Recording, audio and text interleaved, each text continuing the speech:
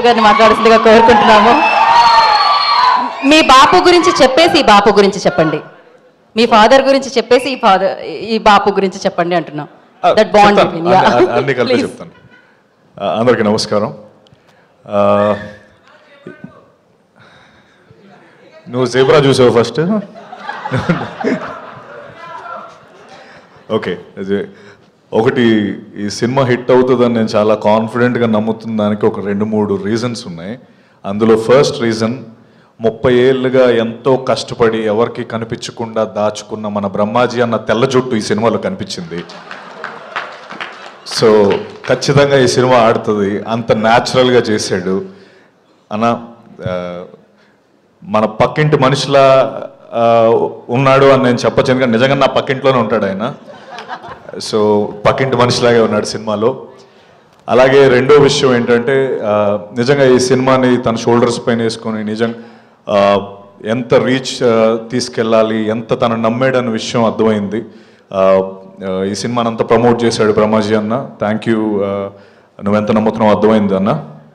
And అలాగే the trailer and అందరూ అన్నట్టు ఆ రా ఎమోషన్ కానీ ఆ రూటెడ్నెస్ కానీ సినిమాలో ఎంతో అద్భుతంగా కనిపిస్తుంది.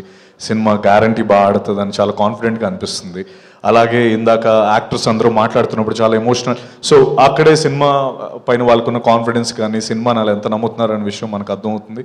సో పేరున మణి, అబిత, ధాన్య బాలకృష్ణ గారు, శ్రీనివాస్ అవసరాల గారు, అలాగే సుధాకర్ రెడ్డి గారు, ప్రొడ్యూసర్ రాజు గారు, భానుప్రసాద్ గారు, మ్యూజిక్ డైరెక్టర్ ధ్రువ, మీ అందరికీ ఈ సినిమా ఒక మంచి క్యాన్వస్ వచ్చి ఇంకా ఎన్నో సినిమాలు చేయడానికి మీకు అవకాశం రావాలని మనస్ఫూర్తిగా కోరుకుంటున్నాను.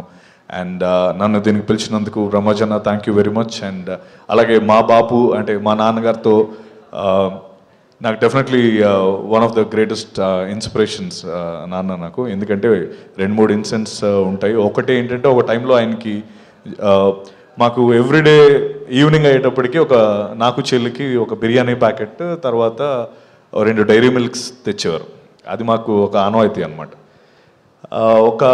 తర్వాత నేను అరౌండ్ ఇంటర్మీడియట్ ఆ టైంలో నాకు తెలిసింది ఏంటంటే, మధ్యలో ఒక 2 years 1.5 year డాడీకి జాబ్ పోయింది. ఆ విషయం మాకు తెలియదు. సో మాకు మాత్రం ఎవ్రీడే ఆ బిర్యానీ అండ్ 2 డైరీ మిల్క్స్ వస్తూనే ఉండేవి. సో మాకు ఎప్పుడు ఆ పెయిన్ లేకుండా చూసుకున్నారు. అలాగే అట్ ద సేమ్ టైం నాకు ఆయన దగ్గర నుంచి నాకు అర్థమైన ఒక విషయం ఏంటంటే, ఫ్రీడమ్ అనేది ద మోస్ట్ ఇంపార్టెంట్ టూల్. నాకు ఆయన ఇచ్చిన ఒక లైఫ్ లెసన్ ఏంటంటే, అంత ఫ్రీడమ్ ఇచ్చేశారు నాకు.